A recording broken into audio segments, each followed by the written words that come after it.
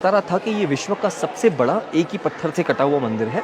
इसकी शुरुआत हुई थी 756 एडी में, फिनिश हुआ 900 एडी में। तो एक मंदिर को बनने में 150 साल लगे। बोला जाता है कि 6 पुश्तों ने एक ही मंदिर के लिए काम किया था। तो 6 पुश्तों के जो कारीगर काम कर रहे थे, लेकिन अचरज की बात यह है जो पहले आर्किटेक्ट ने काम प्लान बनाए, मॉडल्स बनाए, उनका काम है राजा के पास लेके जाना, उनको कहना कि सर आपको इस टेंपल के लिए फंडिंग करनी है, आपको डोनेट करना है, लेकिन मैं आपको प्रॉमिस करता हूँ आप कभी देखेंगे नहीं। तो कौन ऐसी चीज़ के लिए पैसे देगा? मैं तो नहीं दूंगा। सही है। लेकिन उनको पता था कि हमारे पास इतने रिसोर्सेज हैं, हमारे पास इतने पॉलिटिकल बैलेंस है कि एक दिन ये ख़त्म होगा और आगे की पुश्तें ख़त्म करेंगी। तो बोलते हैं इसको विश्व का सबसे बड़ा एक ही पत्थर से कटा हुआ मंदिर है।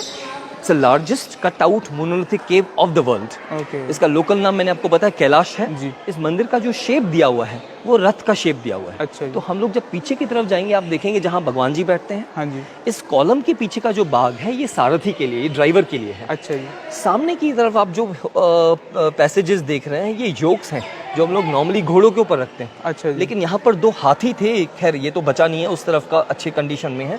तो 2 हाथी थे, जब ये रथ चलेगा तो इसको उठा के आगे लेकर जाएंगे। तो राजा का जैसे रथ चल रहा है, तो अगर भगवान जी का रथ चल रहा है तो हर एक कंट्री, हर पॉलिटिकल पार्टी को अपने फ्लैग्स लगते हैं। तो यहाँ पर 2 फ्लैग पोस्ट हैं जिसको हम लोग ध्वज स्तंभ बोलते हैं। सिमेट्री के लिए एक इस तरफ है, एक उस तरफ है। अच्छा। इसकी हाइट है 56 फीट 17 मीटर्स।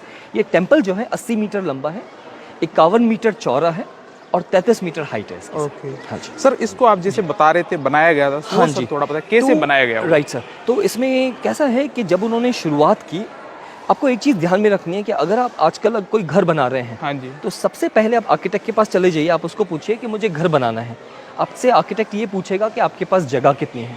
विच मीन्स कोई भी चीज़ स्टार्ट करने से पहले आपको स्पेस की ज़रूरत है, आपको ये कंसेप्ट समझना है स्पेस का। यहाँ जब शुरुआत हुई तो स्पेस तो है ही नहीं, ये तो पूरा एक अखंड पत्थर है। हाँ जी। तो जब उन्होंने शुरुआत की, सबसे पहले ऑर्डर किया इसके ऊपर से आप पेड़ काट दीजिए। अच्छा जी। फिर उसके बाद ये जो आपको वर्टिकल ट्रेंचेस दिख रहे हैं तो ये क्रिएट किए गए और बीच का पत्थर हर तरफ से अलग कर दिया गया। ओके। हो सकता है 12 से 14 साल लगे हों इस बीच का पत्थर अलग करने में, जहाँ से 2 लाख टन पत्थर बाहर निकाला गया। उसके बाद फिर इसकी कार्विंग शुरू हुई। 756 में जब इसकी शुरुआत हुई तो वो उस स्टेज पे रहे होंगे जहाँ ऊपर की तरफ है, जहाँ मंदिर की शुरुआत ऊपर से हुई थी, फिर नीचे उन्होंने ख़त्म किया। तो जहाँ हम लोग खड़े हैं ये आखिरी का भाग है। ओके। तो नॉर्मल क्या होता है आर्किटेक्चर, हम लोग अगर घर बनाते हैं आप नीचे से ऊपर जाते हैं, यहाँ पर ऊपर से नीचे आए और पीछे से सामने की तरफ आए, क्योंकि मंदिर का स्लोप जो है वो इस तरफ से है। इंटरेस्टिंग है कि भाई नॉर्मली हिंदू टेम्पल्स जो होते हैं उसका जो फेस होता है वो पूरब की तरफ होना चाहिए, लेकिन यहाँ पर जो रॉक फॉल है वो वेस्ट की तरफ है। तो इसीलिए सारे के सारे केव्स एलोरा में वेस्ट फेसिंग केव्स हैं। नाउ इंटरेस्टिंगली रामायण जो हुई थी वो साउथ में हुई है, महाभारत हुई है नॉर्थ में। आप यहाँ सेंटर में है, मंदिर का जो साउथ साइड है, दक्षिण का जो भाग है वो रामायण को दिया हुआ है। ये जो पूरा पैनल है वो रामायण है। तो लॉजिक देखिए उनके हिसाब से कि आपको साउथ साइड में रामायण रखनी है, नॉर्थ साइड में महाभारत रखनी है। अब थोड़ा सा इस तरफ से आके देखेंगे तो आपको पूरा पैनल दिख जाएगा। सर रामायण में सबसे पहले रो की बात कर रहा हूँ। आप देखिए राइट साइड में 2 लोग बैठे हुए हैं। अगर आप जूम करेंगे तो आपको अच्छे से दिखेगा। 2 लोग बैठे हुए हैं, उनके सामने एक आदमी झुक के नमस्कार कर रहा है। हाँ जी। तो जो झुक रहे हैं वो राम हैं, अपने पिता से आज्ञा ले रहे हैं बनवास जाने से पहले वो जाते हैं हाथी पे, फिर घोड़ों पे, फिर पैदल, फिर सिटी की गेट आती है। आखिरी में देखिए नाव है कैवट, जहाँ शरयू नदी खत्म होती है वहाँ से उनका बनवास शुरू होता है। वापस उसी गेट पे आ जाइए, जो हमने फर्स्ट लाइन में गेट लेक देखिए, उसी के नीचे सेकंड लाइन में देखिए, सेंटर में लक्ष्मण दिखेंगे आपको जो शूर्पणखा का नाक काट रहे हैं यहाँ पर। हाँ जी। और उसी के राइट साइड में आपको दिखेगा कि शूर्पणखा पीछे की तरफ गिर रही है। रावण ने पहली आर्मी भेजी है, ये देखिए राम और लक्ष्मण है, ये उनकी आर्मी से फाइट हो रहा है, भाग जाते हैं वो लोग। थर्ड लाइन में आप देखेंगे राइट साइड में राम लक्ष्मण सीता बैठे हुए हैं। सीता को मरीच दिखता है जो गोल्डन डियर है। आप देखेंगे राम जो है, राम जी लक्ष्मण के पीछे, अपने मरीच के पीछे भाग रहे हैं, सॉरी, और उन्होंने तीर छोड़ा हुआ है जो मरीच के पीठ में दसा हुआ है। रावण आते हैं, ये सीता हरण हो रहा है। आर्टिस्ट बताना चाहता है कि वो पुष्पक विमान है, तो आप उसके पहिए देखिए ज़मीन को टच नहीं कर रहे हैं, वो हवा में है।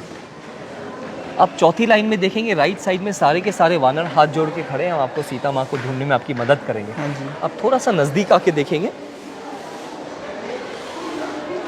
नीचे से तीसरी लाइन में अशोक वाटिका है, सीता माँ बैठी हुई है, उनके सामने देखिए एक बंदर जो है झुक के नमस्कार कर रहे हैं, वो हनुमान है जी। फिर हनुमान जो है अशोक वाटिका को तोड़ना शुरू करते हैं। आप कुछ कुछ पेड़ देखेंगे टूटे हुए हैं। फिर उनको पकड़ के लेके आते हैं रावण के पास।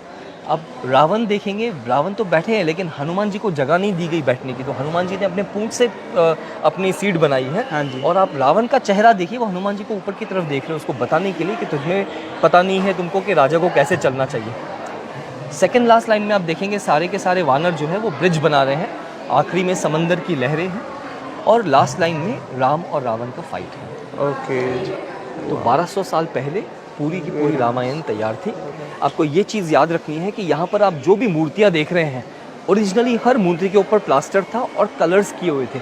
तो हमने जैसे वहाँ लक्ष्मी जी देखे, यहाँ जहाँ जो भी आप फिगर्स देख रहे हैं, तो इन फिगर्स के ऊपर प्लास्टर था और कलर्स किए हुए थे। ओके। लेकिन पानी से, हवा से कलर्स बचे नहीं हैं। हालांकि एलोरा का ये सबसे मुख्य गुफा थी, इसको 3 बारी पेंट हुआ। सबसे पहले 10वीं शताब्दी में जब ये फिनिश हुआ था, दूसरी बारी हुआ था 12वीं शताब्दी में, आखिरी बारी करवाया था इंदौर की महारानी अहिल्याबाई होलकर ने। तो अगर आप ऊपर की तरफ देखेंगे, यहाँ पर कुछ कुछ जगह पे आपको प्लास्टर और कलर्स दिखेंगे। हाँ जी, तो ये white 18वीं कलर में। शताब्दी के हैं, ये अहिल्याबाई होलकर के समय के हैं। लेकिन जब हम लोग अंदर जाएंगे बाद में, तो मैं आपको दिखा पाऊंगा कि 10वीं शताब्दी की पेंटिंग्स भी बहुत ब्यूटीफुल है। अच्छा जी। आइए। यहाँ पर आपको जो एनिमल्स दिख रहे हैं ज़्यादातर हाथी हैं, अच्छा। सिंह है। हाथी सिंबलाइज करता है इंडियन आर्ट में प्रॉस्पेरिटी का। सिंह जो है पॉलिटिकल पावर का। देखिए जहाँ राजा बैठता है उस जगह को हम लोग सिंहासन बोलते हैं, वो सिंह का आसन है। तो पॉलिटिकली स्टेबल आपको राजा चाहिए और पैसा चाहिए, तब जाके ऐसी चीज़ें बनती हैं। तो यहाँ पर आपको सिंह और हाथी है। कुछ कुछ और भी हम लोग आगे दानव देखेंगे आगे चल के, तो उस तरफ से है सर। आइए, यहाँ पर एक बहुत ही इंटरेस्टिंग पैनल है, उस तरफ से मैं आपको दिखा देता हूँ सर। रामायण से पहले की बात है। रावण की इच्छा थी कि अपने सौतेले भाई कुबेर के ऊपर उसको जीत हासिल करनी है। तो रावण जाते हैं, कुबेर के ऊपर जीत हासिल करते हैं, पुष्पक विमान लेके वापस आ रहे हैं। अब शिव भक्त तो है ही। अब देखिए 10 सर जो है सिंबॉलिक होते हैं इंटेलेक्चुअल सुपीरियरिटी का, 20 हाथ हैं पावरफुल है। तो अब पैसे आ गए, तो ये जो कॉम्बिनेशन है इसमें ईगो आता है। रावण को लगता है मैं इतना पावरफुल हूँ, रास्ते में कैलाश पर्वत आ गया है, मैं शिव जी को कैलाश पर्वत के साथ उठा के लंका ले जाऊंगा। तो ये आपको आर्टिस्ट बताना चाहते हैं कि यहाँ पर रावण जो है कैलाश पर्वत के नीचे गए हुए हैं और वो कैलाश पर्वत उठाने की कोशिश कर रहे हैं। अब आर्टिस्ट देखिए, आपको घर में कुछ स्टूल भी उठाना है तो आप उसको पीछे से नहीं उठाते, आप सामने से उठाते हैं। हाँ जी। अगर आप ये पैनल सामने देखेंगे यहाँ सर, तो ये मत सोचिए कि इस रावण का फ्रंट हमारी तरफ है, उसके पीठ है हमारी तरफ, लेकिन आर्टिस्ट ने उसके सर पूरे गोल बनाए हैं। अच्छा। आप ध्यान से देखिए, वो पैर एकदम कसा हुआ है। हाँ और जी। पूरे अपनी ताकत से, पूरे अपने हाथों से या बाजुओं से कैलाश पर्वत को उठाने की कोशिश कर रहे हैं। राइट। अब उठा तो नहीं पाए, लेकिन आप अगर ऊपर देखेंगे, शिव और पार्वती बैठे हुए हैं, कैलाश पर्वत सब हिलने लगा क्योंकि ताकत तो है। अब पार्वती देखिए, ये वाले फिगर की बात कर रहा हूँ, उनकी बॉडी, पैर यहाँ पर है, लेकिन आर्टिस्ट ने उनकी बॉडी को ऐसे बताया कि वो पीछे की तरफ गिर रही है। पति का हाथ पकड़ लिया, उनकी दासी जो है राइट साइड में भाग के जा रही है, उनकी पीठ हमारी तरफ है। शिव जी का एक राइट हैंड देख लीजिए, ऐसे जा रहा है। इसे हम कहते हैं विस्मय मुद्रा। विस्मय, सरप्राइज, अरे क्या हो रहा है, सब हिल क्यों रहा है अचानक से। तो शिव जी को फिर समझ में आता है कि अरे ये तो रावण है और कैलाश पर्वत उठाने की कोशिश कर रहा है। शिव जी अपने दाहिने पैर के बड़े अंगूठे से पहाड़ को नीचे दबाते हैं, पैर से नहीं दबाते, सिर्फ एक अंगूठे से दबाते हैं। आप थोड़ा सा नजदीक आके देखेंगे। हाँ जी। अब शिव जी का पैर देखिए, और अगर आप ध्यान से देखेंगे तो उनका बड़ा बड़ा जो अंगूठा है, वो आर्टिस्ट ने बताया है कि वो मुड़ा हुआ है क्योंकि ऊपर से दबा रहे हैं। अब आप रावण का चेहरा देखिए, रावण की जो आंखें हैं फटी हुई हैं, दांत कस गए हैं। हालांकि खंडित मूर्ति है, लेकिन फिर भी आपको उसके एक्सप्रेशंस दिखाई दे रहे हैं कि ऊपर से प्रेशर आ गया। आप थोड़ा सा यहाँ से आके देखेंगे तो उनकी आप पीठ देखिए, बेंड हो रही है। राइट। डर गए कि पीठ टूट सकती है, तो इस हाथ से अपनी थाई पे सपोर्ट कर रहे हैं। हाँ जी। उस हाथ से अपनी आर्म को सपोर्ट कर रहे हैं। इस हाथ से पहाड़ को ऊपर ढकेलने की कोशिश कर रहे हैं। अब निकल नहीं पा रहे हैं, सालों साल बोलते हैं यहीं दबे रहे। फिर समझ में आया बाहर कैसे निकला जाए, और इस समय बनता है शिव तांडव स्तोत्रम। तो जब शिव तांडव स्तोत्रम की रचना करते हैं, शिव और पार्वती खुश होते हैं और जाने देते हैं। हालांकि कहानी तो काफ़ी उसके आगे लंबी है, लेकिन शिव तांडव स्तोत्रम है। ओके।